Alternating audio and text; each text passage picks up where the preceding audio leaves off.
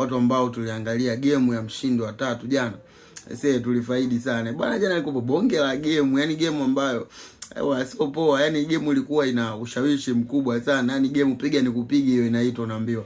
Ile game bwana jana ndani ya kipindi cha kwanza tu imeshatoa tayari magoli 4 tu kwa upande wa Uingereza.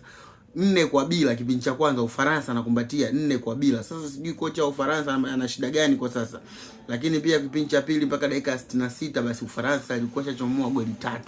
Bwana goli mechi ya jana kama mtu ulitaka kubeti basi ndani ya dakika 66 game ilishatoa goli 7 plus mpaka dakika 90 basi mechi imeisha 6-4. So jana tuliangalia bonge la game jana, Kylian Mbappe akipachika goli zake 2 na kuendeleza kuwa top scorer wa muda wote mpaka sasa kwenye kombe la dunia akiwa na mabao 22, lakini kwenye hii tournament basi amefunga magoli 10. Bwana watu wa Ufaransa ni kawaida yao. Yani Ufaransa bwana ni kawaida yao siku zote.